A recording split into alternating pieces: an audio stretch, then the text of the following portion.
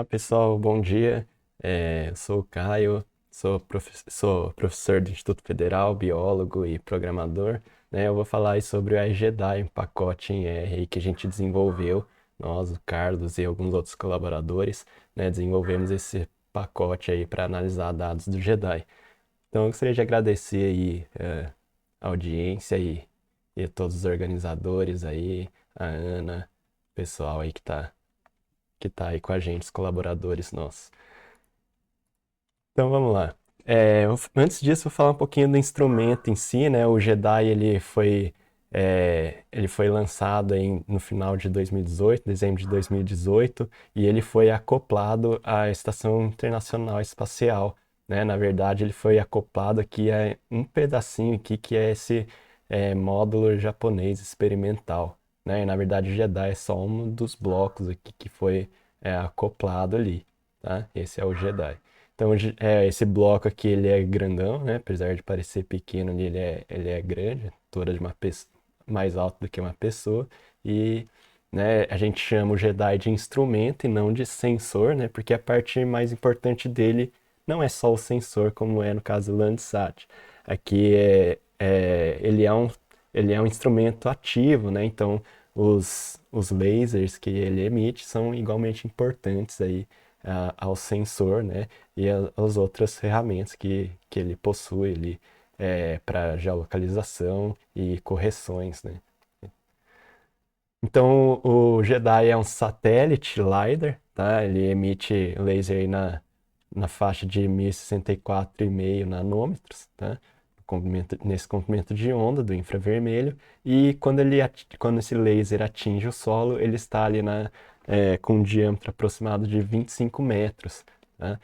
E o LiDAR do Jedi ele é um pouquinho diferente do LiDAR que a gente está acostumado, o ALS, porque ele não é de retorno discreto. O que é retorno discreto? Ele retornar uma nuvem de pontos, né? Só alguns pontinhos aqui para cada feixe de laser. Ao invés disso, ele retorna todo o sinal que o sensor está recebendo, tá? Ele vai retornar aqui como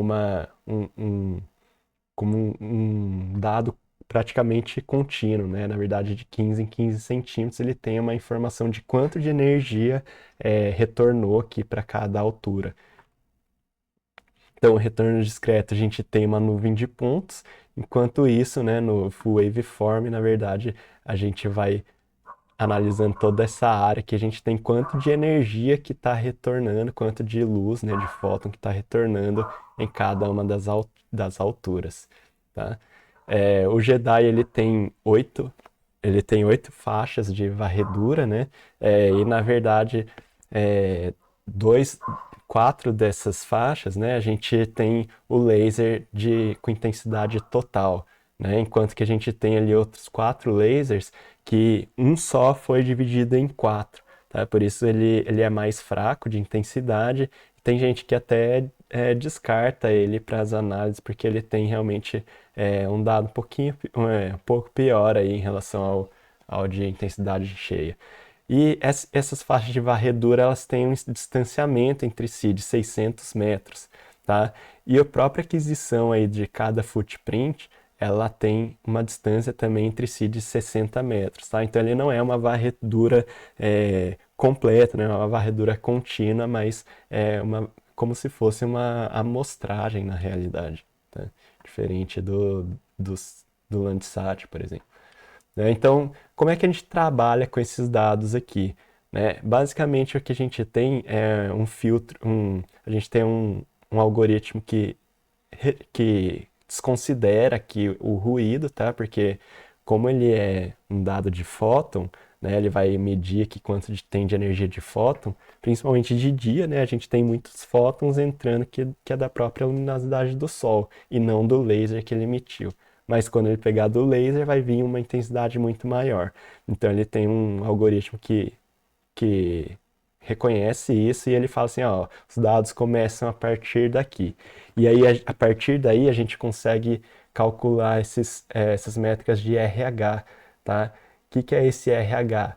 Esse RH 25 significa que nessa altura aqui, eu tenho 25% da energia desde o começo aqui dos dados, né? Aqui eu tenho 50% da energia desde o começo dos dados e aqui nessa altura 75%. No final, 100% da energia, né?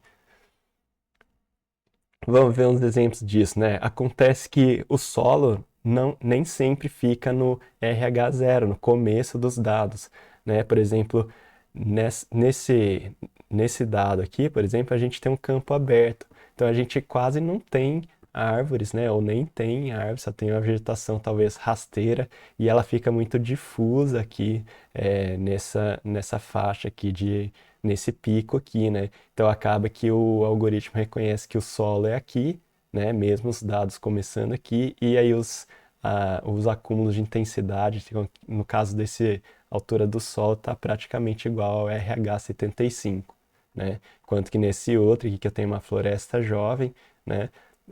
Ele já está ali próximo a RH70, talvez, né?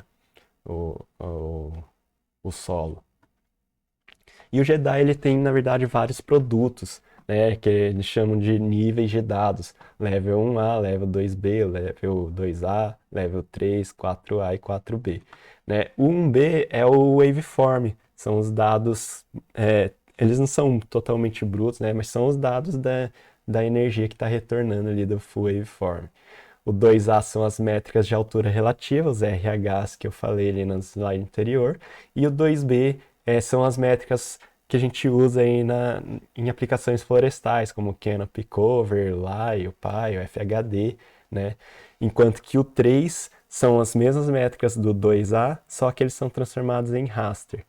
O 4A o nível 4 já são as estimativas de carbono que o time da missão fez, né? Estimativa de carbono, então, por footprint, né? E tem a estimativa de carbono também em grid, em raster, o 4B. O pacote nosso, ele basicamente para fazer esse gráfico aqui, ele utiliza os dois dados, né? O 1B e 1A. O 1B para construir aqui o waveform, né? E o 2A para mostrar aqui onde estão, né, nesse waveform, onde que estão ali as métricas que estão presentes do RH no 2A. Tá? Enquanto que o 2B a gente tem ali as métricas florestais, né? 3A a gente tem o raster, das métricas do 2, né? Em raster. E aqui um pouquinho dos artigos publicados, né? Foram publicados aí cerca de 861 artigos de 2017 a 2025, mesmo antes do lançamento, né? O lançamento foi no final de 2018, mas já tinha paper antes disso. Como assim, né? Da onde que eles tiraram? Eles fizeram, na verdade, simulações de como seria o dado do Jedi, né? Utilizando aí dados de ALS discreto normal, a nuvem de pontos, e a gente simula como ficaria o Jedi disso. Né? A gente tem também o simulador aí o pacote também para gerar essa simulação. Né? Como que eu calculo um modelo, então, a partir do Jedi? Né? Então, imagina que eu tenho ali, cada ponto tem o seu waveform, com as métricas, né? A gente pode, por exemplo, transformar num grid, e aí a gente pode fazer estudos de campo, por exemplo, para determinar biomassa, ou carbono, né? Estoque de carbono. Usando os dados do Jedi, essas métricas, por exemplo, a gente poderia calcular um modelo de biomassa, né? Aqui eu fiz um modelinho bem simples, né? Só para mostrar aí que a ideia então é a gente gerar um modelo baseado nas métricas, né? Que o Jedi, que a gente consegue extrair do Jedi. Mas como que eu vou saber, né, exatamente amostrar exatamente no footprint do Jedi? Como eu vou fazer minhas amostras de campos exatamente no footprint? Nem tem como, né? Mesmo que você calcule ali todas a órbita, onde o footprint vai cair, existe ainda um erro associado à própria geolocalização de mais ou menos 6 metros, tá? Então não tem nem se você fizer os cálculos, tá? A solução é você simular do ALS, porque aí sim, né, a gente fazendo um sobrevoo com avião ou com drone para obter esses dados larger, aí sim a gente tem certeza, né, os dados muito mais precisos, aí com a geolocalização mais precisa, e aí a gente pode casar as informações. Então agora vamos aí falar um pouquinho da parte do pacote em si.